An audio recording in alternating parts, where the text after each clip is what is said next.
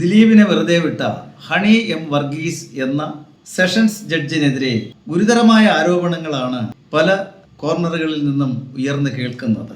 നാം ഒരു കാര്യം മനസ്സിലാക്കണം, ഈ ജഡ്ജിയുടെ ജഡ്ജ്മെന്റ് പ്രസിദ്ധീകരിക്കപ്പെടുന്നതാണ്, ആർക്കും വായിക്കാവുന്നതാണ്.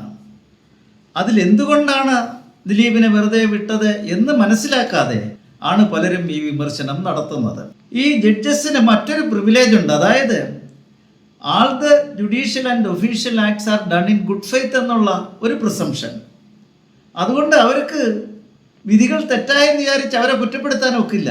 മനഃപൂർവ്വമായി തെറ്റായി വിധിച്ചെങ്കിൽ മാത്രമേ അവരെ കുറ്റപ്പെടുത്താൻ സാധിക്കുകയുള്ളൂ. അല്ലാതെ തെറ്റുപറ്റിപ്പോയെങ്കിൽ അതിന് ജഡ്ജിയെ കുറ്റപ്പെടുത്തുകയല്ല വേണ്ടത്, അത് കറക്റ്റ് ചെയ്യാനുള്ള അടുത്ത കോടതിയെ സമീപിക്കുക എന്നുള്ളതാണ്. ഇവിടെ നാം ഒരു കാര്യം മനസ്സിലാക്കണം, ജനങ്ങളുടെ വികാരം കണക്കിലെടുത്തോ പൊതു താല്പര്യം കണക്കിലെടുത്തോ വാർത്താമാധ്യമങ്ങളുടെ വിചാരണ കണക്കിലെടുത്തോ ഒന്നും ഒരു ജഡ്ജിക്കും കേസ് വിധിക്കാനൊക്കില്ല. നമുക്കറിയാം, ആലുവയിലെ 6 വയസ്സുള്ള ഒരു പെൺകുട്ടിയെ ബലാത്സംഗം ചെയ്ത് കൊന്ന ഒരുവൻ മരണശിക്ഷ വിധിച്ചു സെഷൻസ് കോടതി. പക്ഷേ ഹൈക്കോടതി വന്നപ്പോൾ പറഞ്ഞു, ഈ കുറ്റം തെളിയിക്കുന്നതിന് വേണ്ടി പ്രോസിക്യൂഷൻ കൊണ്ടുവന്നത് CCTV ഫുട്ടേജസ് ആണ്.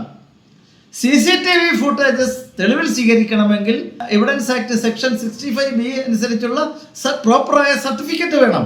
ആ സർട്ടിഫിക്കറ്റ് ഇല്ലാത്തത് കൊണ്ട് കോടതി ഈ സെഷൻസ് കോടതിയുടെ വിധി ക്യാൻസൽ ചെയ്തു. പക്ഷേ ആ ഹൈക്കോടതി അത് തിരിച്ച് വീണ്ടും സെഷൻസ് കോടതിയിലേക്ക് പുനർവിചാരണയ്ക്ക് അയച്ചിരിക്കുകയാണ്. ഒരു പക്ഷേ കറക്റ്റായുള്ള സർട്ടിഫിക്കറ്റ് കൊടുത്താൽ ഈ മരണശിക്ഷ നിലനിർത്താൻ സാധിക്കും. അങ്ങനെയാണെങ്കിൽ ഹൈക്കോടതിയും പിന്നെ അതിൽ ഇൻ്റർഫിയർ ചെയ്യില്ല.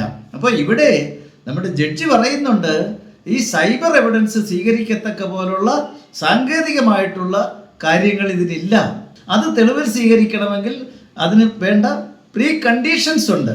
ആ പ്രീ കണ്ടീഷൻസ് സാറ്റിസ്ഫൈ ചെയ്യുമെങ്കിൽ മാത്രമേ അത് തെളിവിൽ സ്വീകരിക്കാനൊക്കെ ഉള്ളൂ. ഈ ജഡ്ജ്മെന്റിൽ പറയുന്നു അങ്ങനെ ഇല്ല എന്ന്.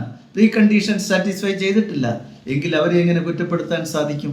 ഒരു ജഡ്ജി താൻ വിധിക്കുന്ന വിധി ജനങ്ങളിൽ എങ്ങനെ പ്രതികരണം ഉണ്ടാക്കും എന്നുള്ള ചിന്തയോടുകൂടി വിധിക്കാൻ തുടങ്ങിയാൽ നമ്മുടെ ജുഡീഷ്യൽ സിസ്റ്റം ആകെ തകരാറിലാകും. അതുകൊണ്ട് ഈ വിമർശകർ, നിങ്ങൾ മനസ്സിലാക്കുക, നിങ്ങൾക്കും വേണമെങ്കിൽ ഉന്നത കോടതികളെ സമീപിക്കാം ഈ വിധി പെർവേഴ്സാണ് എന്ന് നിങ്ങൾക്ക് തോന്നുന്നുവെങ്കിൽ. പക്ഷേ അങ്ങനെ പറഞ്ഞു നടക്കാനുള്ള അധികാരം നിങ്ങൾക്കില്ല എന്നുള്ളത് മനസ്സിലാക്കണം.